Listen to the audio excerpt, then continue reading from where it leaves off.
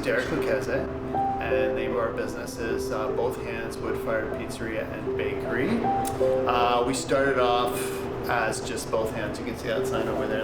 We used to just do bread back in the day, so we started as Both Hands and just switched it up when we started the restaurant. We're in our 6th year now. But I baked bread for like 12 years before that for the market. I just started baking out of my home, and when I started doing that, I just had this overwhelming feeling that this was something I could do for a long time, and that's how it started.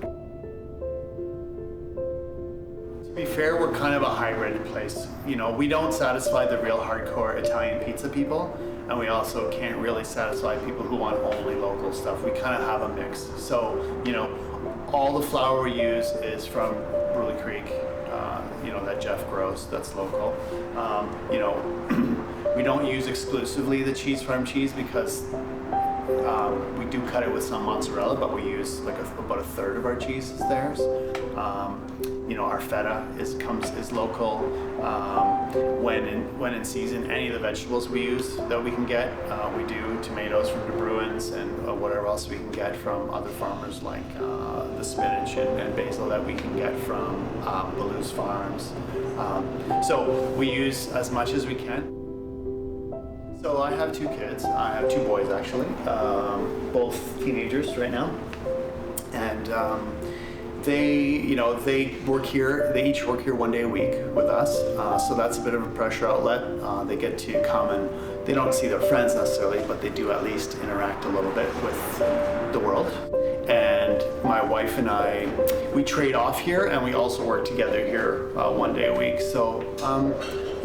Right now it feels like a pretty healthy balance. Again, for us, we don't get to see friends or anything like that, but we are, looking at it from a COVID perspective, we're kind of more high risk in the sense that we're here, working with people and having to shop and things like that, but I wouldn't say either of us feel in danger at all. And I really have been appreciative of people still coming, and people, it's funny, they're coming in different ways. One person in a neighborhood buys bread for 3 or 4 of their neighbors or whatever. That sort of thing's been happening too, which is great.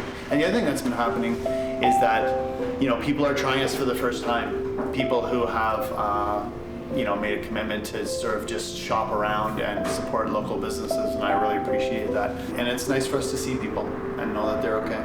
My hope for the community and other businesses is that, they're able to somehow see a way on the other side of this. And what I mean by that is, have a vision that is somehow compatible with whatever our society looks like after this. For us, all we had to do was switch to just doing takeout. But I know for a lot of other businesses, some restaurants and just other businesses in general, they're going to have to, make bigger sacrifices and possibly take a real alternate road than they have before.